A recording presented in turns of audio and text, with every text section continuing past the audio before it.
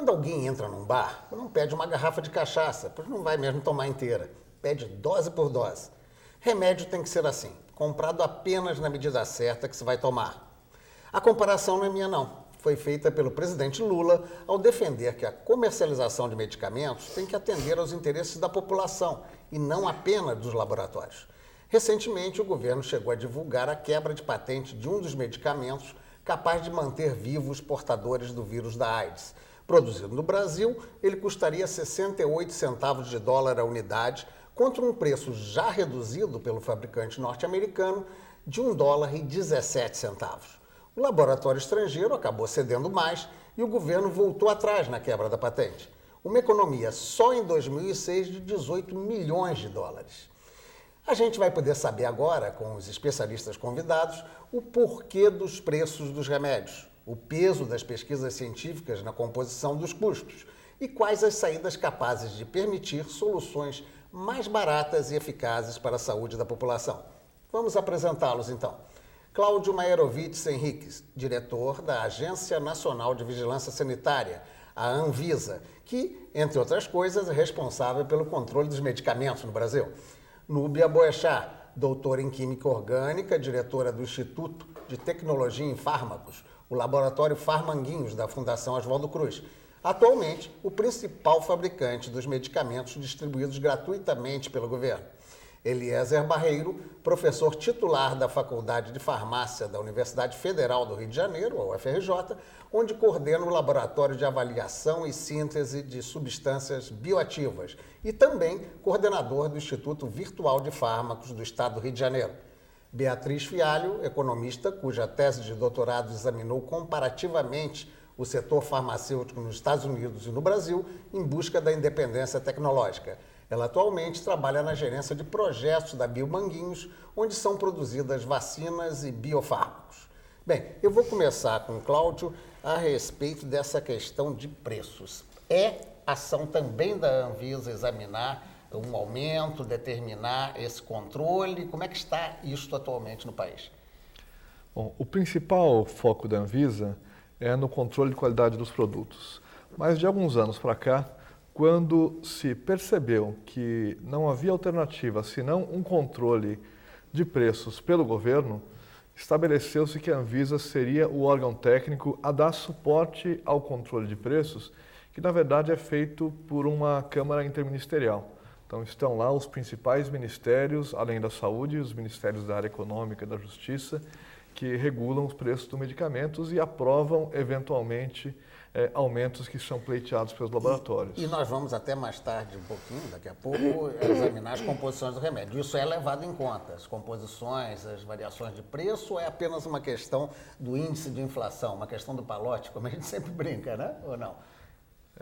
Eu não sou economista, tenho aprendido um pouco com os economistas, mas estão levados em conta fatores como o histórico do medicamento, mas também como o grau de concorrência que cada medicamento tem dentro do seu grupo. Ou seja, medicamentos que são únicos dentro do seu grupo têm um controle mais rigoroso.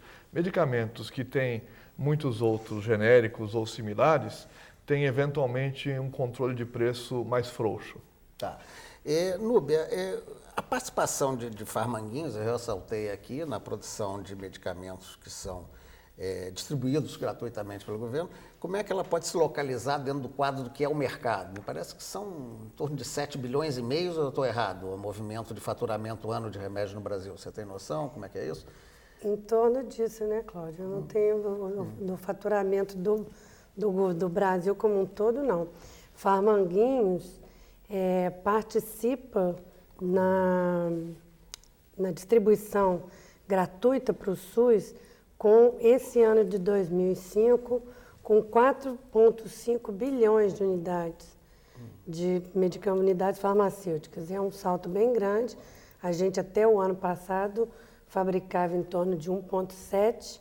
Esse ano nós já estamos fabricando 4,5 e vamos chegar a 10 bilhões em 2007, com a aquisição do novo site. Certo. Agora, isto em termos da participação mesmo do que o brasileiro tem que comprar de remédio, o que ele recebe do governo, como é que a gente poderia equiparar? A produção de Farmanguins é 100% gratuita. Isso eu sei, eu digo, mas ela representa, do ponto de vista da necessidade da população que tem dificuldade de acesso aos preços? Dentro da Farmanguins contribui hoje com mais ou menos 80% do que o SUS consome, né? Mas não a quantidade, não, esse é o inverso do que o Ministério gasta, né? Porque o nosso medicamento é um medicamento muito mais barato do que o Ministério gasta com a compra de medicamentos como um todo. De todos. Bem, Eliezer, para começar a dar o entendimento para quem nos está acompanhando, o que é levado em consideração ao fazer-se um remédio? Quais são as etapas consideradas no custo, quer dizer, entre a matéria-prima, o custo científico? Como é que é mais ou menos isso? Como é que funciona? Bom, veja bem, boa noite primeiro.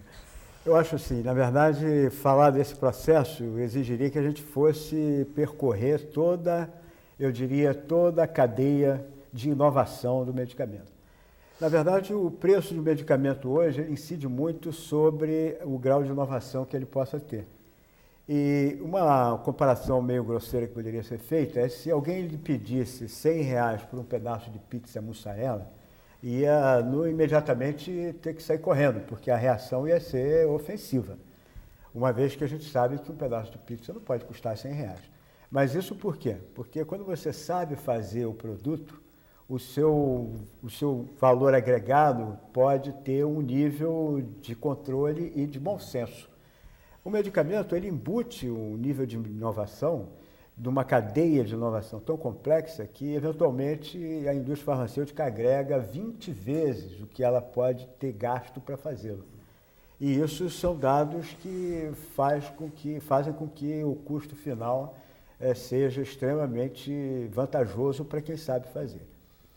Eu costumo dizer que os medicamentos que nós usamos no Brasil falam todos os idiomas, menos o português.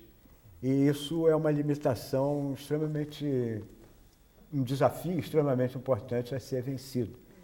E com certeza qualquer medicamento que nós possamos vir a fazer, inovação ou não, vai ser feito na nossa moeda e, consequentemente, isso já implica num custo menor a priori. Inclusive em divisas, né? Eu viria com a Beatriz, o aspecto mesmo, na sua tese de doutorado, você fez uma comparação desse processo de você se tornar independente, né, tecnologicamente. Por que nós somos tão dependentes ainda dessa tecnologia dos americanos, principalmente? Bom, como é que eu posso explicar essa dependência? Não é só uma questão da indústria brasileira ter pouco investimento em pesquisa e desenvolvimento, você não ter recursos humanos qualificados na quantidade necessária para esse empreendimento. O setor farmacêutico ele é altamente concentrado, e ele não é concentrado nem de hoje, nem de 20 anos, ele é concentrado desde o surgimento do setor, ele já era um setor altamente concentrado, já no início do século XX já era um setor internacionalizado. Então, se percebe ao longo da evolução do setor farmacêutico, poucos países conseguiram romper a dependência. Os Estados Unidos conseguiu. Não foi só porque a indústria era intensiva, mas teve uma mão forte do Estado incentivando o desenvolvimento do setor e um aspecto muito particular que eles conseguiram fazer isso durante o período entre guerras, em que a Alemanha, que era o líder do setor, estava isolada. A Núbia já ficou animada com a história. Então, os Estados Unidos eles tiveram uma política ativa e foram beneficiados pela Alemanha não ter podido ser o principal parceiro para a penicilina. Ou seja, não tinha como ter qualquer coisa de patente porque estava em guerra. Não, estava em guerra. Eles expropriaram as patentes na Primeira Guerra Mundial. Eles se apropriaram de todos na Primeira os desenvolvimentos alemães. Na Segunda Guerra, eles, assim que terminou a guerra, um dos itens para reparação, né, da guerra foi justamente abertura de todos os cadernos de pesquisa, entrevista a todos os cientistas alemães. Isso na Segunda Guerra houve Na Segunda Guerra. Na Primeira Guerra também. Né? Na Primeira Guerra também. E eles recolheram os cientistas. Eles recolheram... os cientistas para lá. Na Primeira Guerra, os Estados Unidos tentou fazer isso. Mas eles não tinham capacitação suficiente para se beneficiar da expropriação das patentes alemãs. Eles fizeram isso na Primeira Guerra. Eles simplesmente venderam as patentes alemãs nos Estados Unidos para os laboratórios farmacêuticos norte-americanos, só que eles não tinham capacitação para isso. E na Segunda Guerra, aprendendo com a experiência da Primeira Guerra e se beneficiando de uma situação particular, eles fizeram. O Núbia, já que você ficou tão impressionado com isso, roubando é fácil, é isso? Não, é porque eu acho engraçado, eles vêm dizer que a gente é pirata, né? E o que eles fizeram naquela época nada mais foi do que uma grande pirataria. Né? Mas o Brasil, basicamente, há pouco tempo, 99, se não me engano, lei 96. 96, nós entramos na política de patente. Mas há visões críticas disso, porque a Índia e a China ainda não entraram bem nisso. A gente se precipitou, Núbia? Ah, sim, porque a gente podia ter esperado mais 10 anos a partir da assinatura da TRIPS, né, que foi em 95, e o Brasil fez a opção de entrar um ano depois. E por quê? Por pressão de mercado geral, econômico? Por pressão geral mesmo. Né? Por pressão de comércio internacional, na verdade. Dos outros produtos, da balança comercial. Na balança comercial. Mas o fato de não ter patente não significa que você necessariamente vai conseguir romper a dependência.